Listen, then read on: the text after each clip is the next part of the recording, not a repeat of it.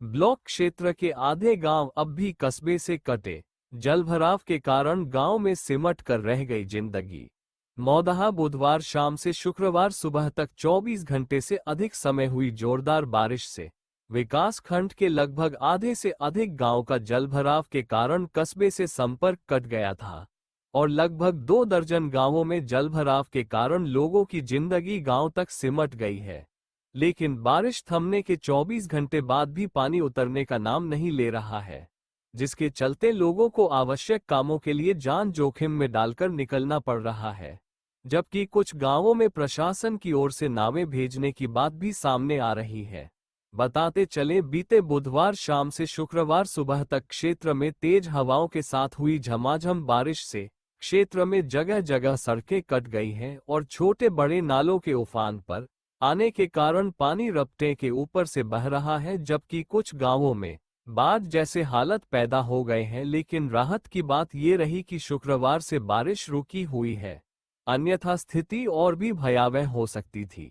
इस भीषण बारिश में 20 करोड़ रुपए लागत से सीहो नाले पर बने पुल में हुए भ्रष्टाचार की परतें उस समय खुल गई, जब एक दिन की बारिश 20 करोड़ रुपये के बने पुल को तहस नहस कर गई और सड़कें बड़ी आसानी से कटकर बह गई। वहीं कोतवाली क्षेत्र के मदारपुर मार्ग में बहने वाले नाले के उफान के चलते गांव का संपर्क पूरी तरह से कट गया है और लोगों को जान जोखिम में डालकर निकलने को मजबूर होना पड़ रहा है। तो वहीं कपसा मार्ग पर श्याम नाले का पानी आ जाने के लिए मार्ग अवरुद्ध हो गया है। तो वहीं कपसा के निकट बनी नहर के अंडरपास में पानी भर जाने के कारण रास्ता लगभग बंद जैसा है और पधोरी में चंद्रावल नदी का पानी रपटे के ऊपर से बह रहा है, जहां पर दोनों ओर पुलिस तैनात की गई है। जबकि बिगहना से मुटनी जाने वाले रास्ते में नाले का पानी उफान पर होने के कारण पारा, लदार, रतौली सहित अन्य गांव का संपर्क पूरी तरह से कट गया है, जहां पर प्रशासन ने नावों को भेजने की बात कही है। इतना ही नहीं, बडेली नाले का पानी भी रपटे के ऊपर से बह रहा है, जिसके चलते ITI कॉलेज जाने वाले छात्र कॉलेज नहीं जा पा रहे हैं। तो वहीं छिमौली में भी स्थिति कमोबेश ऐसी ही है। बताते चले कि जिला प्रशासन चाहे संभावित बाढ़ की तैयारी के कितने ही दावे कर रहा हो, लेकिन एक दिन की बारिश ने सभी सरकारी दावों की पोल खोलकर रख दी है। हालांकि राहत की बात ये रही कि 24 घंटे से बारिश रुकी हुई है, अन्यथा स्थिति भयावह हो सकती थी। हालांकि तहसील दिवस के चलते सुबह से आला अधिकारी लगे रहे। संपूर्ण समाधान दिवस खत्म होने के बाद उप जिलाधिकारी और तहसीलदार ने बाढ़ प्रभावित इलाकों का निरीक्षण किया। वहीं बाढ़ प्रभावित गांवों के लोगों से गांव के हालतों के बारे में पूछने पर उन्होंने बताया।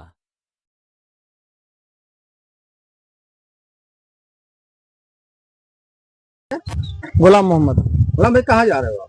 मेरा विद्यालय है कंपोजिट नराइश शिक्षा मित्र में, पोस्टिंग है मेरी वहीं पर, तो वहीं जा रहा हूँ। इसी नदी की वजह से लेट हो गया। मदारपुर। तो कैसे आप किस स्थिति में आप आए हो, क्या समस्या? यहाँ पे इतनी बड़ी परेशानी है कि जब खासकर हर साल जब नदी बढ़ जाती है बरसात में, तो लोगों की इस मुश्किलात का सामना करना पड़ता है।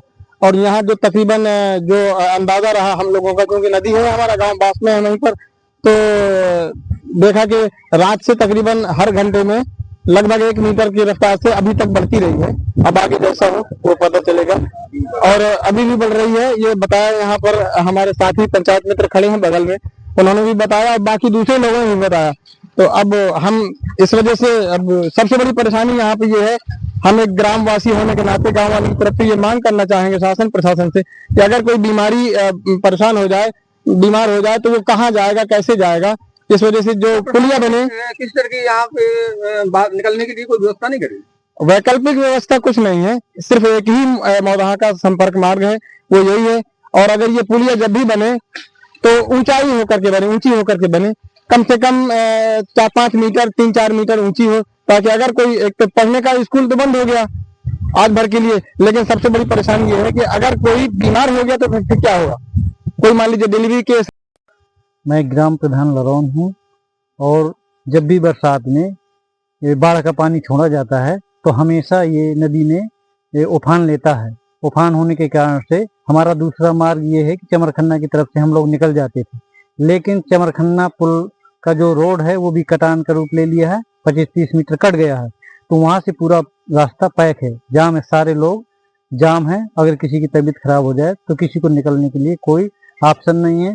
लेकिन प्रशासन से हमने बताया तो प्रशासन ने एक नाव भेजी है, लेकिन उसका नाविक अभी तक नहीं आ पाया। इसलिए हमारा ये कहना है कि इसको नाविक को जल्दी से बुलाने की कृपा करें, तो लोगों को आवागमन में थोड़ी सुविधा हो जाए। कितने दिन से आपका आवागमन बंद है? ये कल से आवागमन बंद है। आपका रतन ब्रह्मचारी। भैया, हम लोग कहाँ खड़े हुए हैं और ये जो रास्ता टूटी हुई है, क्या ये नदी है और ये रास्ता कहाँ तक जाती है? ये नई नदी बन गई है और ये हर साल बाढ़ जब आती है तो यहाँ से नदी के रूप में एक नई धारा बन जाती है। और इसमें सेतु निगम जब ये निर्माण कर रहा था सड़क का और ये चंद्रावल पुल का, तो उस समय कहा गया था इस सड़क की ऊंचाई कर दीजिए और यहाँ पर कम से कम 20 मीटर लंबी पुलिया बना दीजिए। लेकिन उन्होंने नहीं सुना। उन्होंने कहा हमारे पास बजट नहीं है और एस्टीमेट में ये गया नहीं है, और उसी का कारण है कि ये रोड कट गया। अब ये रोड कटने से कितने गांव प्रभावित हुए? लरौन, चमरखन्ना, पारा, लदार, हिमौली, भवानी डेरा, भवानी, ये सारे टापू बन गए हैं। यहाँ से किसी प्रकार से कहीं से रास्ता जाने का नहीं है। उधर लरौन में सीओ नदी बढ़ी हुई है, चमरखन्ना में चंद्रावल नदी बढ़ी हुई है। ये गांव टापू बने हैं, जैसे पहले था वैसे आज भी है। 20 करोड़ की लागत से बना हुआ पुल सफेद हाथी बन गया है। अब इन गांव वालों को अगर कहीं जाना है या कोई आदमी बीमार होता है तो किस तरह की स्थितियां हैं? कोई उपाय नहीं है। बस अगर कोई बीमार होता है तो अस्पताल नहीं पहुंच सकता, न डॉक्टर वहां से आ सकता है। बस एक रास्ता है कि मौत। 24 घंटे बीत गए, अभी तक लेखपाल घटना स्थल पर नहीं आया चमरखन्ना का, जबकि लेखपाल लरौन मौके में है। लेकिन द्वारा क्या व्यवस्थाएं की गई हैं? कोई व्यवस्था नहीं है, अभी तक कोई व्यवस्था नहीं है। अब जब नदी की बाढ़ कम होने लगी है तब सरकार को थोड़ा सा महसूस हुआ है कि वहां जरूरत है। मेरा नाम रमेश कुमार निषाद है। तो कौन सा गांव है और क्या समस्या है? हमारी ग्राम पंचायत मदारपुर, विकास खंड मौदा, जनपद हमीरपुर। हर वर्ष जिस समय नदी में बाढ़ आती है, अतिवृष्टि हो जाती है, तो ये हमारा रोड जाम हो जाता है और जान जोखिम में डाल करके महिलाएं, पुरुष, बच्चे निकलते हैं। कभी भी कोई अप्रिय घटना हो सकती है। इसलिए शासन प्रशासन से हमारा निवेदन है कि ये जो पुलिया बनी है पीडब्ल्यूडी विभाग की तरफ से, इसको मिनी पुल बनाया जाए, बड़ी की जाए, ताकि ये घटना से बचा जा सके।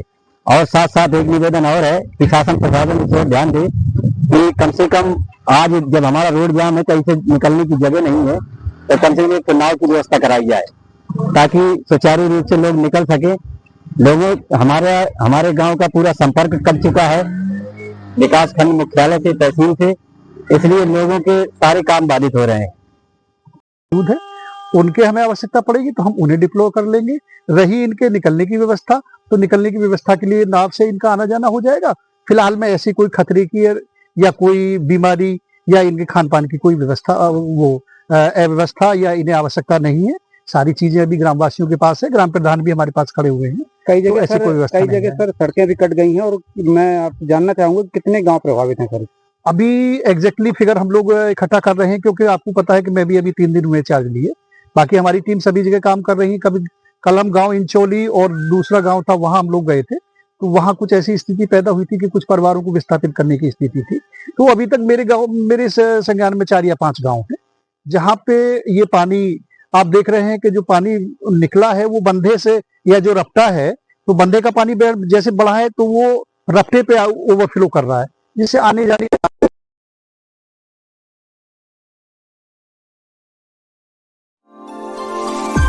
पूरा वीडियो देखने के लिए अभी डाउनलोड करें शुरू ऐप।